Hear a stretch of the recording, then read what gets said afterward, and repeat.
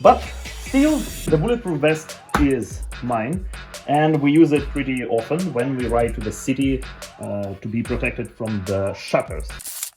Hey everyone, my name is Oleksiy Naumenko and I'm the CEO of Black Tower Basement, an indie studio based in Kharkiv, Ukraine. We're making Greedventory, a point-and-slash hardcore game set in beautiful pixel art. And this is our first devlog in which I'm going to tell you how the ongoing war changed our lives and affected the development process. Russia has invaded Ukraine. Started large-scale military drills this morning. And this is a very dangerous moment. We woke up in a different world today. Well, February 24th. I was woke up by my friend. I've opened a news feed and I've heard distant explosions myself. And the news feed read Vina, which means war.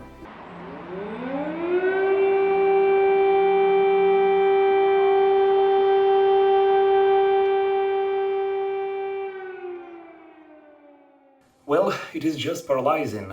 The development process stopped completely.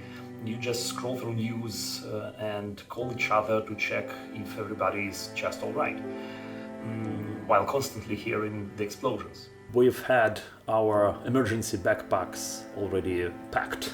And it turned out that it is also the key to morale. Because in these times, when you are not in the immediate danger, your first need becomes to feel useful, to feel that you are helping somehow and that you are on the right place. Otherwise, you can quickly start to slide into depression, and I can see that in some cases around here.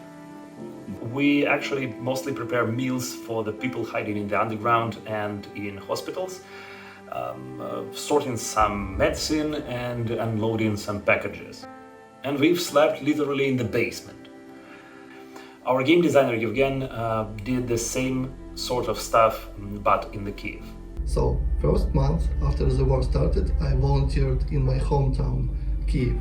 In the first place, I purchased and delivered food and medicine for those who need it, mostly for elderly people, but also for disabled and single parents.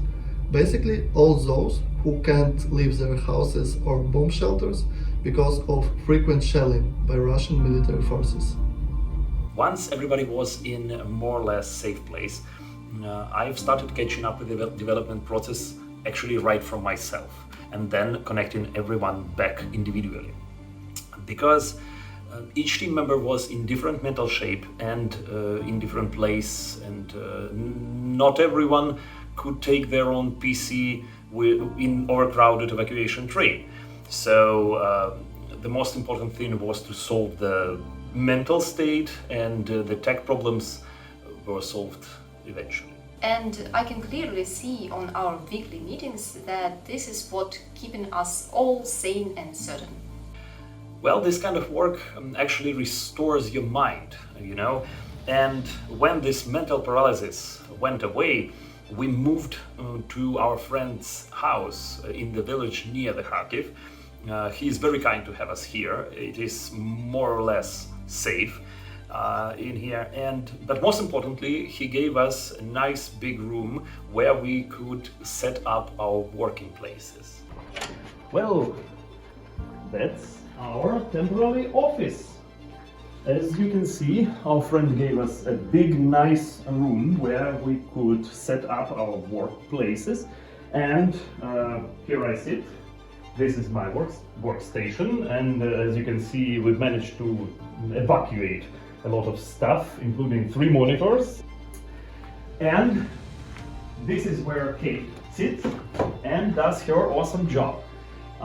As you can see, her workplace is much more cleaner than mine, and I don't know what to say about it actually, but it is what it is.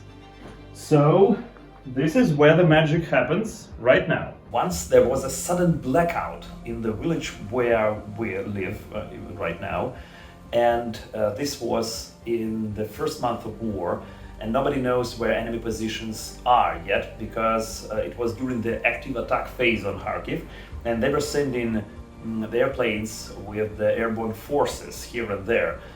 So the enemy can be in every place, and everybody knew only this fact.